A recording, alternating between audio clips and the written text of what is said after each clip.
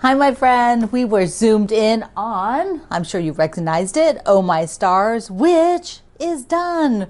Yes, and the little presents next to it, almost done. I have to stitch the label down on the back. I'm going to show you that. We're going to look at it on the wall.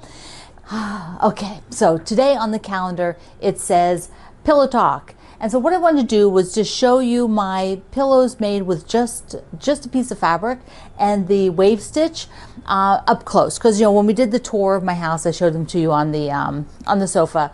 But I wanted to show you up close because we're talking about thread color.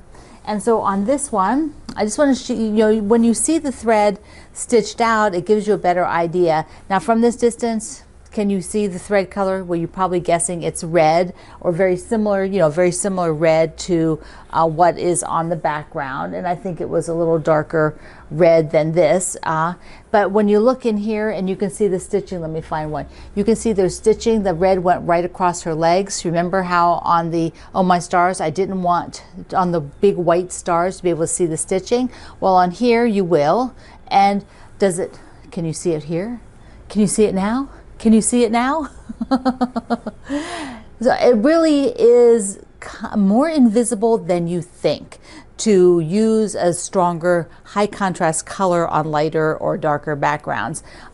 Lights come towards you, so I think if you use a light on a dark fabric, like a light thread on a dark fabric, you might see it a little bit more. Now on the other one, that's just this piece of, this is fabric, doesn't even have a border around it, just all the same wonderful cityscape Christmas shopping fabric. I love this fabric so much. But here I sewed with white, and you can see on some of the presents that are red that the thread is really, can you see it now? Can you see it now? Can you see it now? You really don't tell, right? You really don't tell. Okay, let's look at Oh My Stars, which is finished. Yes, so excited. So a couple things about this that I had some questions, so I want to answer. One is I used white across the whole thing, including on the border. And, you know, of course, the white stars, you don't see it, but that is what I did. Now I have a little video where I'm doing the wave stitch, and so I want to show you that kind of, you know, setting on the machine and then stitching it. So let's take a look at that. We're going to start here on my Solaris Vision, which is the newest of the Solaris models for Baby Lock, and I need to get to the wave stitch, which I believe some people might call a serpentine stitch. So I'm going to go on my machine to the number 2 and then scroll down just a little bit, and there it is. And when it comes right out of the machine, it's a little too tight, so I changed it to a 6.1 to 1.6. And let me just show you what happens, because I've got a visual here of what the stitch will look like. So if I made the number smaller, so I'm going down, it's making it longer because it's not going as wide, so I want it wider than that. I'm going to go back up to 6. There, see, now I got a nice curve. And then the other number, if I bring that number up, it elongates it. If I take it shorter, it brings it tighter together. So you can play around with your machine and to what you want to do. So now I have got the Jolly box for the project, the little present project, and I need to do 2 more rows. And first I want to go back over and set the guide beam. So I just hit the guide beam, and now that's on, and it's a double guide beam for this machine. You can see, and I can change from red to green to white. If I'm working on black fabric, I can turn off there's the main line or the sub line. I just leave them both on. Not that I use them both, but it's just easier to, I don't, you know, than to turn one off. So when I'm starting, I know that I want to go about here. That's where, whoops. So when I'm starting, I want to know, I know I want to go about here. So this line is what I'm stitching on, and that's really about where I will be on either side to divide this package into 3 parts. So I will just start up here on the outer side, and it will just create a wave. This is the walking foot, and I really don't think you want to do this type of quilting without a walking foot on, because you really need that even feed. That's what a walking foot does. It will even feed all these layers of your top, your batting, and your backing. Your regular foot is just going to bunch up. It's going to bunch up all the fabric like that. Instead, what this is doing is the gears here are pulling on the top, and then the feed dogs are pulling on the bottom, and it makes it feed through nice and even, and you don't have crazy puckers. So this is what I'm going to do. I have, like I said on the other video, like 2, 3, 4, and then on this other side 5 and then 6. Split this, so just 6 lines, and this will be done. So I stopped the video there because I have a second part, I have a second tip, but it didn't, I was trying to film it one-handed. I have, with my walking foot, I have the regular foot on it. I can't find the open toe part here, which makes me have better visibility. I could not find that.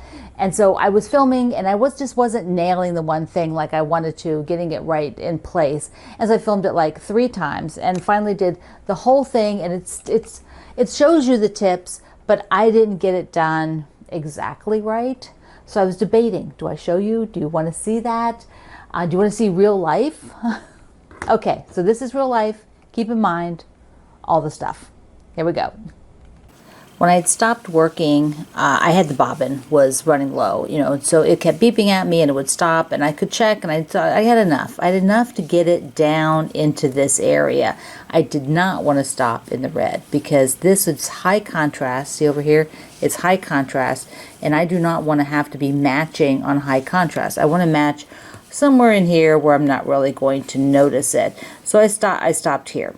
So I can kind of start anywhere along here, and then it'll just continue on. It'll continue on. So let me I'm going to position over top of where I want to be. And I'm just lifting the foot up a little bit so I can see where I am. The needle's going to come down around there. Okay, so the needle, now I'm happy with where the needle is. I'm going to do a couple stitches in place, and then I'll just go forward. It'll come right out into the other area here. Let me just go a little bit, and I will check the back. Let you see what it looks like. So here it is. So it's kind of right next to it. I could have been better. I could have gotten closer over here, but I'm okay for this quilt to just sort of get it right next to it. So that sample that I just showed you, that short video, was on quilting the presents. Yeah, but I'm showing you I want to finish showing you the Oh My Stars before we go to that one. It just seemed, talking about the wave it was easier to jump in and show you the wave video. So the other question I had with this was directional fabric. Now on here I have the several directional fabrics. There's the people, and some of these prints here. This larger print, where is it? Yeah, this one here is directional. Oh, it's in the middle, but there, you can see it now. See, there's an ornament hanging, so I don't want the ornament sideways or upside down. So, and then a couple of the words, yeah, the words, they're directional. So anyways, they're all directional. I had a question that, how do you handle a table runner with directional fabric? Do you keep it all going the same way, or do you rotate them? Do you put them sideways? Do you make them all different directions? So because a table runner often, depending on how you use your table runner, if it's down a long table, you know, it's going to be seen on multiple sides.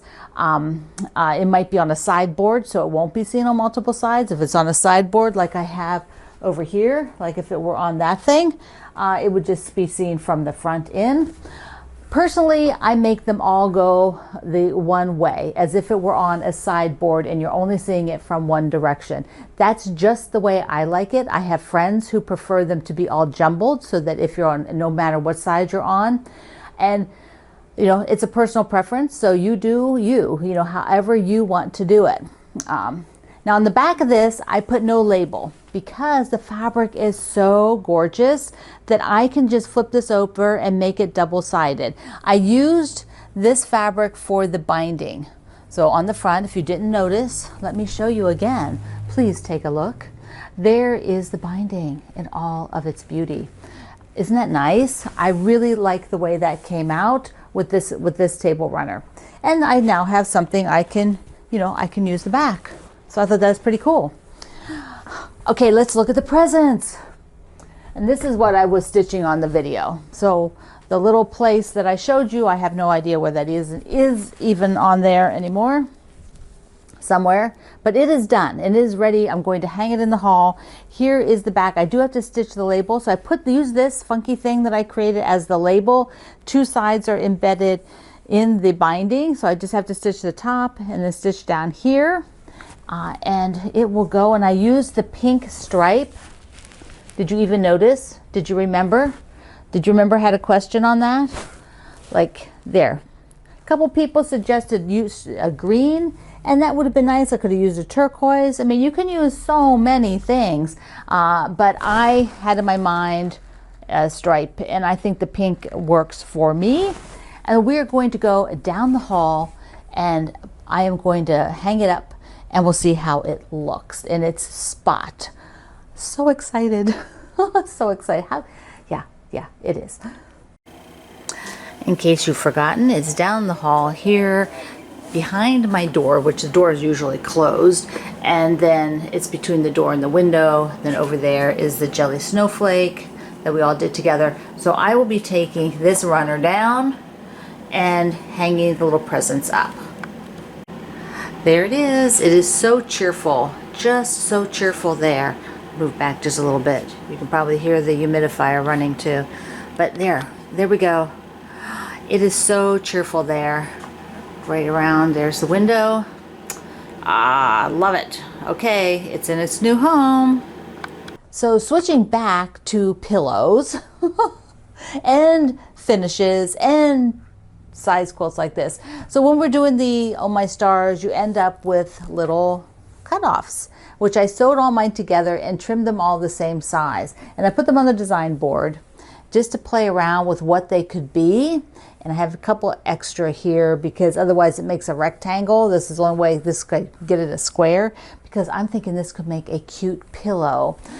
I don't know if for this year or not, but one of the things is you can play around. Once you have it laid out like this, you can see what you might create that's different. Like just play around with these pieces, and you might end up with some sort of fun star image, which I really like. I do like them the way I just showed you, but I also think they are pretty spectacular when you make a star. And then like this, you could do all the points going in, or they could have gone out, and then here these points could go in or out.